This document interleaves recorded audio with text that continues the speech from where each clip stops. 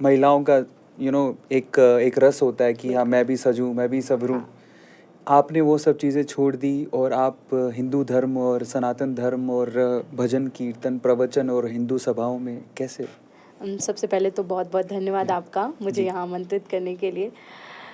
बचपन से ही दादाजी कथा करते थे, परम जी। पूजनीय आचार्य राम सजीवन मिश्रा जी, जिनके सानिध्य में मतलब हमारा रामानंदी संप्रदाय आपने सुना होगा, तो उसी संप्रदाय से दादाजी आते थे। जी। तो राम कथा भागवत कथा वो करते थे।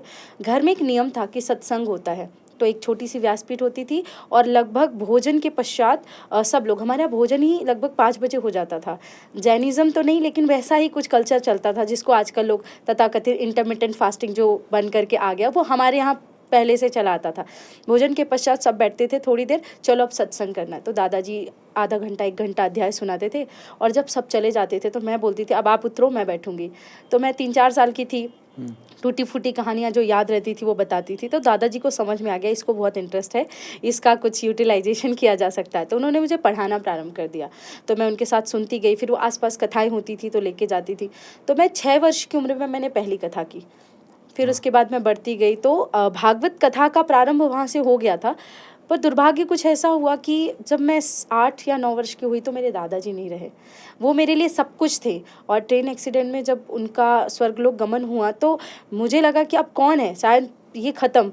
परंतु दादाजी ने कहा था कि बेटा भागवत कथा राम कथा तो साथ है ही, तुम्हें हिंदुओं को जगाना है, क्योंकि राम मंदिर का एक जो विषय है उस समय बहुत ज़्यादा चल रहा था। तो उन्होंने कहा कि कुछ भी करके हिंदुओं को जगाना है। मैंने कहा कि ठीक है, अगर मुझे किसी ने कथा नहीं करने दी तो मैं वृंदावन भाग जाऊंगी, क्योंकि पिताजी तो पीछे पड़े ही थे कि पढ़ो लिखो, ये हो गया तुम्हारा ड्रामा बहुत, तुमको तो डॉक्टर बनना है। बचपन से फ्रेम कर दिया जाता है ना बच्चों के माइंड में कि तुमको डॉक्टर बनना है, इंजीनियर। कभी बच्चों से पूछा भी नहीं जाता कि आपको क्या बनना है। मैंने थोड़ा डराया धमकिया, उनको भी लगा छोटी बच्ची है, कुछ गलत कदम ना उठा ले। तो उन्होंने कहा कब तक करेगी, चलो 14-15 साल की उम्र तक और देख लेते हैं इनका। उनको क्या पता था 13 साल की उम्र में तो मैं इतना फेमस हो गई कि उन लोगों को लगा कि चलो अब तो ये हमारे हाथ से निकल चुकी है। फिर पिताजी थोड़ी दिन तक गए, फिर बड़े भाई गए, फिर संघ से जुड़ गई। तो ऐसे हमारी यात्रा प्रारंभ हुई। मैं ऐसा ये बात मानती हूँ कि मेरे अंदर ऐसी कोई क्वालिटी नहीं थी या कोई विशेषता नहीं थी जिससे मैं इस क्षेत्र में आ जाऊँ।